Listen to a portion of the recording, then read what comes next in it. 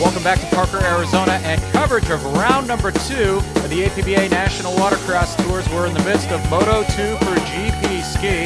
Reset the leaderboard for you. Rob Flores continues to lead it as he goes for an overall here in GP Ski. But really, the battles between Jeff Wright and Rick Shirker for the overall. And also, Jeff Trogner has snuck into the mix, Dave. He's moved up to 3rd, and that's on the heels of a 4th place showing in Moto 1, so he has a chance there, Dave, to sneak in and grab an overall. Yeah, Trogner's been real consistent last Moto. And this Moto here, he's always been in great shape there. He's been riding a lot. He has fun, and he still loves the sport. But you know what? He's still a fierce competitor out there, but you get him off the track, one of the nicest guys you'll ever talk to. And you talk about a guy who's 41 years of age. Rob Flores, on the other hand, 40 years of age, and that number 88, well, that signifies the year he broke in as a pro racer. So Rob Flores, with the white flag out, nods his head.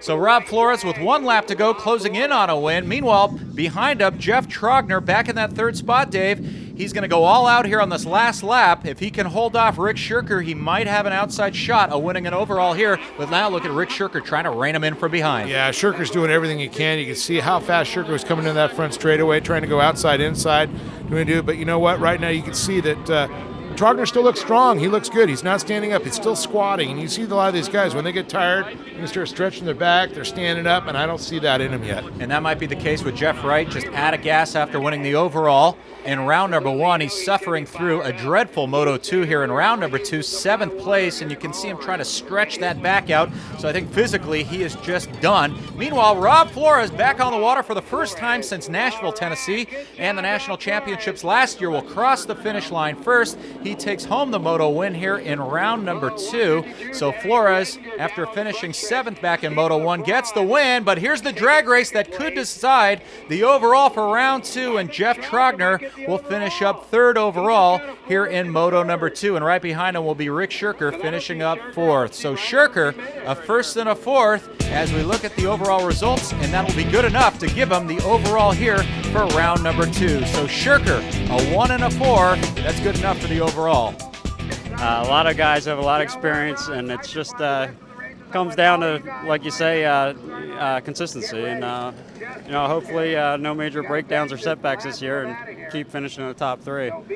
And up next, Pro-Am Runabout Open. Here's the class specs. It's the biggest and fastest of all the runabout divisions. 2- and 4-stroke engines allowed, up to 1,600 cc's, and you'll see speeds in excess of 75 miles per hour.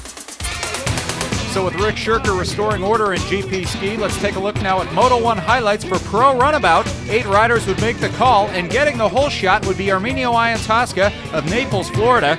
Craig Warner, the 2-time defending world champion, would stall his boat in the top left corner of your screen. 16-time overall world champion Dustin Farthing would continue to struggle with mechanical issues as he would be forced out for the 2nd time this weekend. And the 5-time pro runabout world champion Chris McCluggage would have issues with his lanyard, being forced out momentarily and not a factor in this opening moto.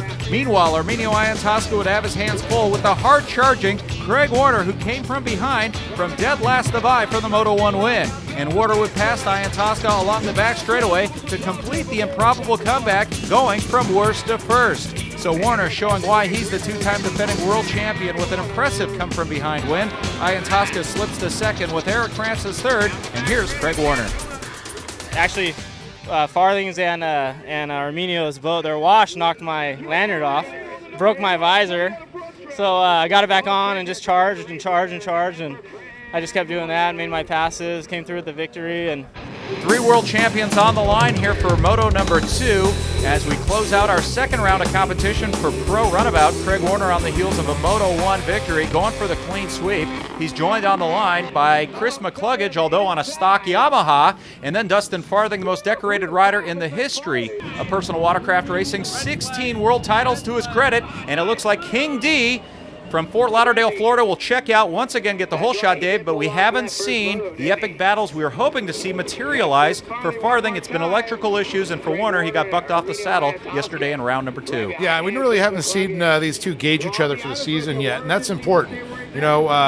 Farthing always fast. Warner's been fast. Problem is their equipment hasn't really held together to see these two guys go. And I'd like to see Francis up in there, in the mix. 2nd in points last year. He's got a lot of potential here, but Chris McCluggage, love to see him out front. Love to see him get on a boat that's a little bit more competitive in this class.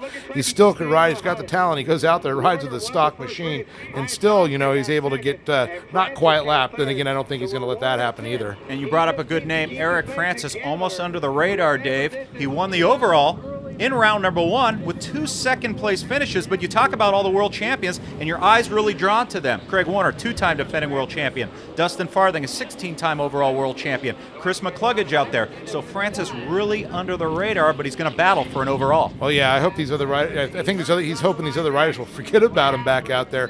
Consistency, that's what wins championships out there. You could be the fastest guy, but if you're braking and you're not finishing monos like Farthing and Warner, you get a couple seconds, couple thirds, that can give you an overall title. So we look at our leaders go by. Dustin Farthing in front, followed by the 2-time defending world champion. That's Craig Warner. Then right behind him in 3rd place, Arminio Iantosca. As we're just getting underway, Pro Runabout. We'll have more right after this.